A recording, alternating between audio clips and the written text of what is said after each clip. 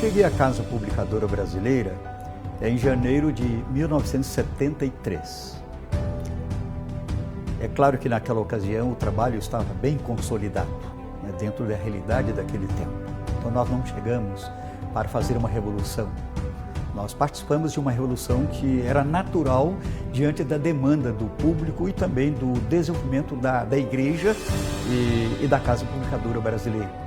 O pastor e jornalista Rubens Lessa se tornou um dos protagonistas de uma nova fase do trabalho editorial adventista no país. Algumas das mudanças que ocorreram na editora a partir da década de 1970 foram motivadas pelo próprio contexto político e social que o Brasil vivia. Em meio à ditadura militar, foi criada em 1969 a lei que tornava obrigatório o diploma para o exercício do jornalismo. Esse decreto teve reflexos não somente no contexto das redações de jornais. As editoras também precisaram contratar profissionais com formação acadêmica nessa área. Na Casa Publicadora Brasileira, Ivo Santos Cardoso foi o primeiro jornalista diplomado a passar pela editora. A Casa Publicadora Brasileira sempre teve editores muito bem preparados, mas na década de 1970 e 80 começaram a surgir profissionais mais ligados com o campo da comunicação também, não só de teologia, não só com a formação denominacional, mas uma formação mais eclética. A prática jornalística não contribuiu apenas para que o texto se tornasse mais interessante no manejo da notícia, mas também acabou se refletindo na edição de livros. Então, nossos livros, à medida que o tempo foi passando, passaram a ter uma linguagem assim mais clara, mais ao ponto. E o leitor percebeu isto, né? Eu creio que foi uma grande conquista nesse sentido, né? A profissionalização do trabalho editorial também foi acompanhada de outro importante avanço: maior produção nacional de literatura. Apesar da presença de brasileiros desde a fase de pioneirismo, durante boa parte do século XX, a maioria dos livros impressos pela Igreja no país era resultado de traduções. Somado a isso, havia outro problema. Geralmente, a tradução era feita fora e saía aquilo que foi feito por um tradutor ou tradutora. Não havia um tempo ou um processo específico para fazer editoração. Este sociólogo lembra que a produção de livros didáticos nacionais foi um fato marcante nessa mudança de paradigma. A década de 70 é um momento muito importante, né? Porque os livros didáticos vão se tornar um ponto importante na produção, ressaltando que esses livros didáticos de religião já eram existentes desde a década de 60, mas eram materiais traduzidos, né? Pensado dentro de uma concepção educacional completamente diferente da educacional brasileira.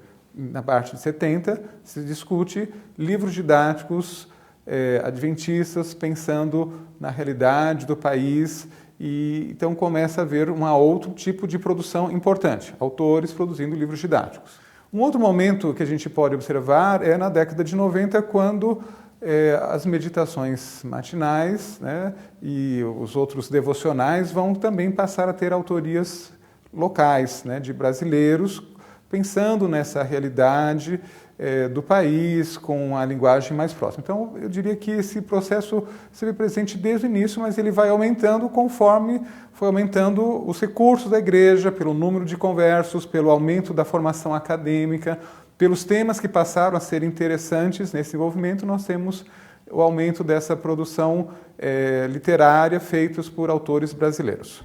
Ivaci Furtado de Oliveira foi pioneiro na editoração de livros nesse período.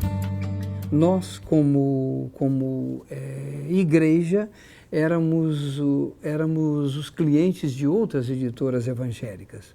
A produção que tínhamos para a igreja, especialmente para juvenis e para jovens, era mínima. Foi aí então que a saída foi nós começarmos a produzir os livrinhos de bolso. E alguns, até hoje, isso foi, a gente iniciou nos anos 1981, 82, alguns ainda, até hoje, eles ainda estão por aí. Nessa mesma época, nós começamos a diversificar a questão das editorias. Então, começamos aí com a editoria de livros didáticos, livros para a igreja, livros denominacionais. As editorias das revistas já existiam, mas foram ganhando um pouco mais de profissionalismo. Quando a gente olha para isso aqui, esse iniciozinho tímido, livrinhos de bolso, que eram muito simples, né?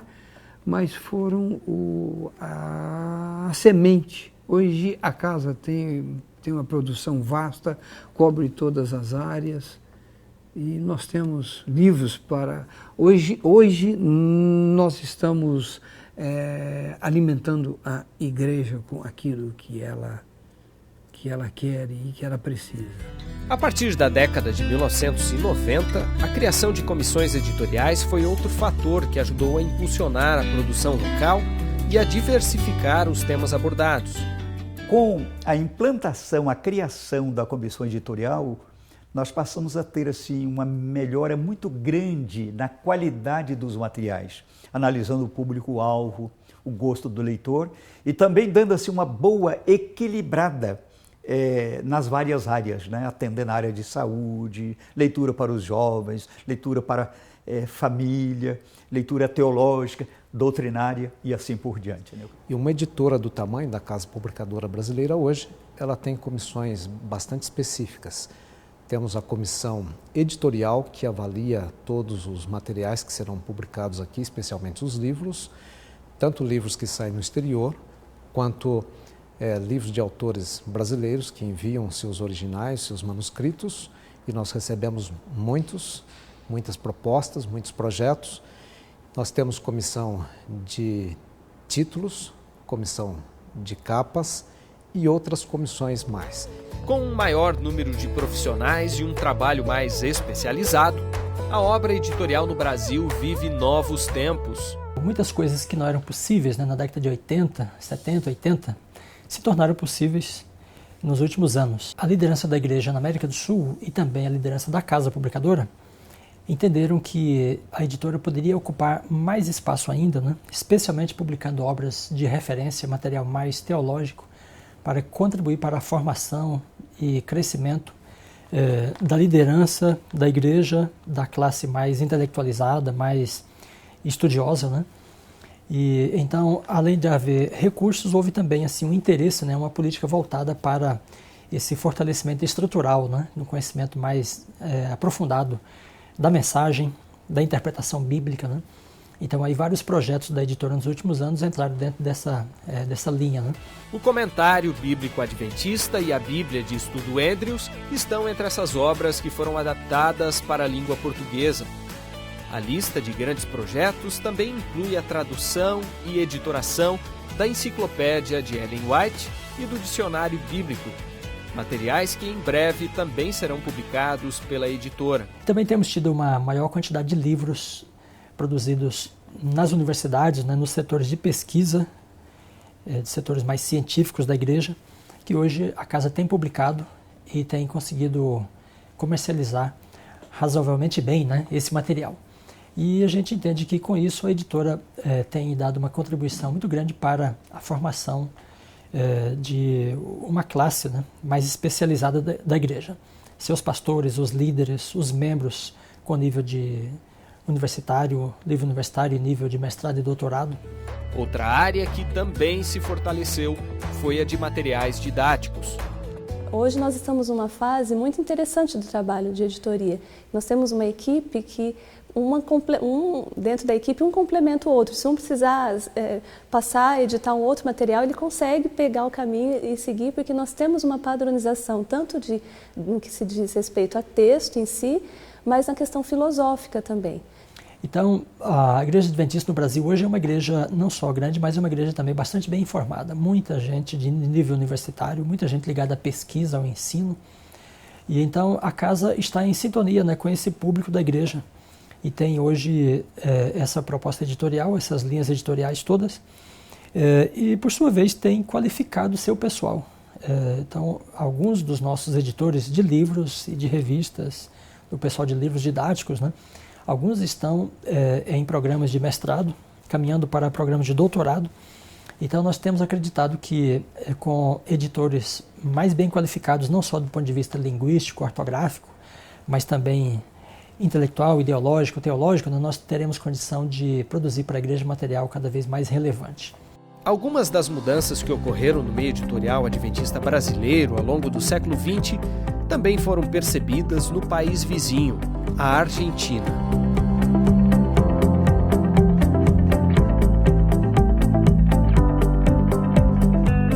Desde o início do século XX, a Argentina é um centro produtor e distribuidor de literatura adventista para os países de fala hispana no continente.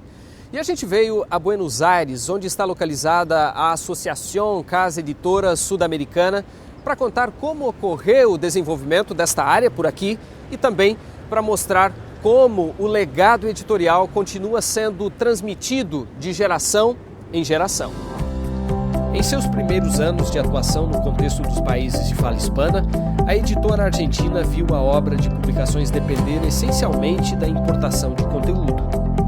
Além disso, por aproximadamente 3 décadas, o setor necessitou de liderança e mão de obra estrangeira. Muy lentamente se comenzó a publicar materiales en español.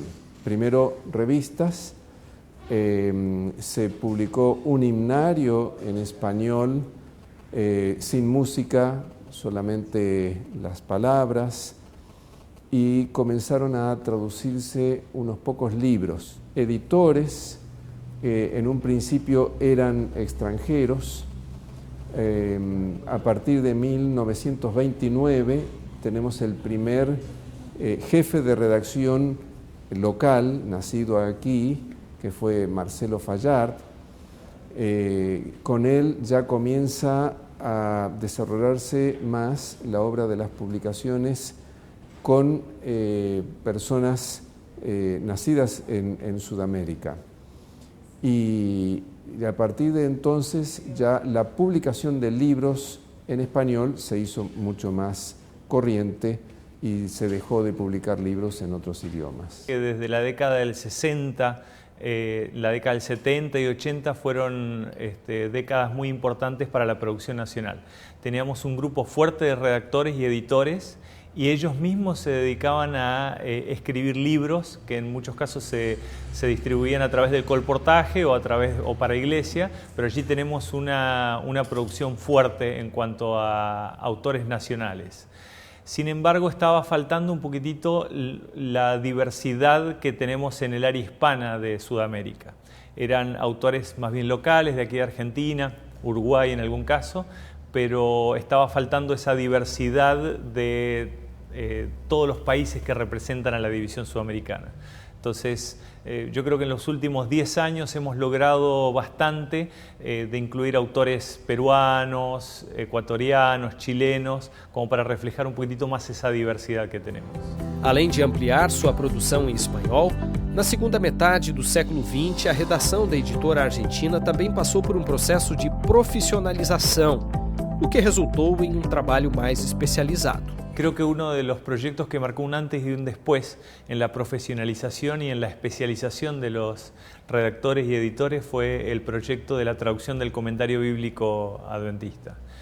Fue un trabajo de muchos años, pero que se hizo con una tarea específica y con una especialización que hasta entonces no se había realizado.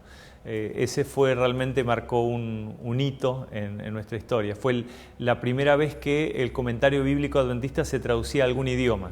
Y entonces con el doctor Víctor Ampuero Mata, se creció bastante. Había un buen grupo de editores y redactores profesionales allí, algunos con doctorados en el área de lenguas, en el área de teología también. El mismo doctor Víctor Ampuero Mata recibió su doctorado como honoris causa en la Universidad de Andrews por justamente el trabajo que realizó de no solamente traducir, sino adaptar todo el comentario bíblico adventista. Nos últimos anos, a editora intensificou a produção de literatura para alguns segmentos específicos, com destaque para o mercado de didáticos. O público infantil também recebeu maior atenção.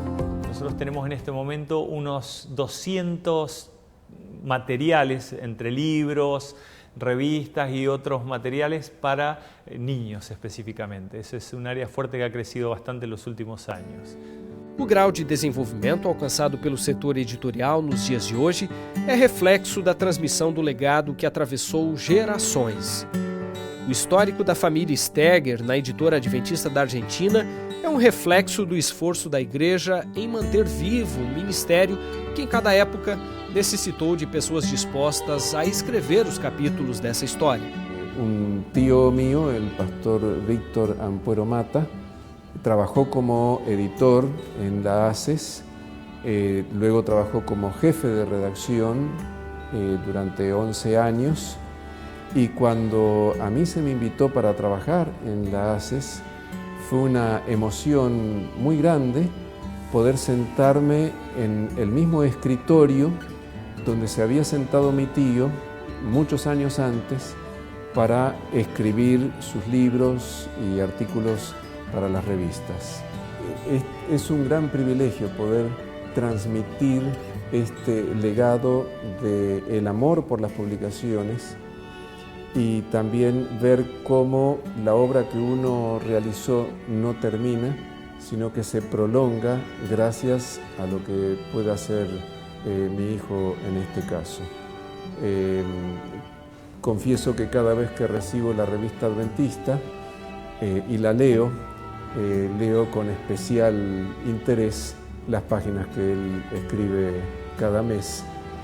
Bueno, para mí es muy importante y también algo muy lindo, muy hermoso poder continuar esa tarea. Creo que es un trabajo especializado, el trabajo en una editorial con las publicaciones adventistas, y lo que me transmitió mi padre creo que me sirve mucho a la hora de trabajar, y hasta el día de hoy a veces lo consulto por teléfono, le pregunto, y sigue siendo una ayuda en esse sentido en mi formación continua. Embora seu pai tenha trabalhado na editora até o fim dos anos 2000, Walter acredita que o cenário atual já apresenta desafios com os quais as gerações passadas não tiveram que lidar. Por ejemplo, a partir de este año iniciamos aquí en la Casa Editora la revista adventista online, que antes no existía, era solamente en formato impreso. Entonces nos estamos adaptando gradualmente a esos cambios y bueno, uno tiene que ir viendo la manera de transmitir lo más claro posible, en el lenguaje lo más actual posible, incluso también para los jóvenes, para las nuevas generaciones. Hay veces que es necesario adaptar quizás contenidos que antes se publicaban para hacerlo no solo que sea más fácil de entender, sino que sea también más atractivo para las nuevas generaciones. Y ese es un gran desafío, creo yo, para cualquier editor, cualquiera que trabaja en el área de publicaciones hoy en día.